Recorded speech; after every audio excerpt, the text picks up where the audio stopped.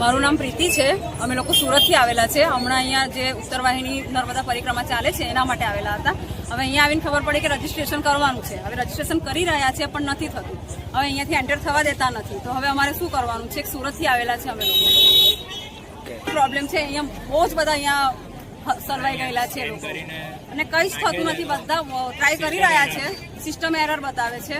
કાં તો એમ બતાવે છે કે સ્લોટ ફૂલ થઈ ગયેલો છે, થતું નથી. તો હવે કરવું શું? એ બહુ જ બધા લોકો અટવાઈ રહેલા છે એના માટે. શું નામ છે? પ્રીતિ મોદી. અને જે લોકોને ફોન યુઝ કરતા જ નથી આવડતું તે લોકો કેવી રીતે રજીસ્ટ્રેશન કરશે?